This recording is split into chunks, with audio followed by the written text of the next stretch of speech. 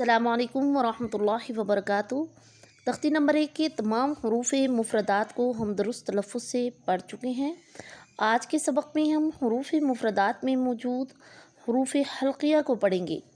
اعوذ باللہ من الشیطان الرجیم، بسم اللہ الرحمن الرحیم۔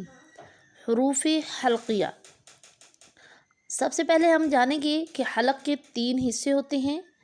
ابتدائی حلق یعنی حلق کا اوپر والا حصہ، وسط حلق یعنی حلق کا درمیانی حصہ، انتہائی حلق یعنی حلق کا آخری حصہ۔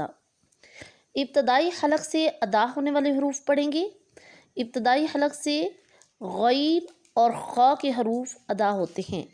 غین، خا، یہ دونوں حروف حلق کے اوپر والے حصے سے ادا ہوتے ہیں۔ وسط حلق سے ادا ہونے والے حروف عین، ح، عین اور ح، یہ دونوں حروف حلق کے درمیان سے ادا ہوتے ہیں۔ انتہائی حلق سے ادا ہونے والے حروف حمزہ، ح، حمزہ، ح، یہ دونوں حروف حلق کے آخری حصے سے ادا ہوتے ہیں۔ ان حروف حلقیہ کو زبانی یاد کریں اور درست تلفظ کے ساتھ بار بار دہرائیں۔ صدق اللہ العظیم۔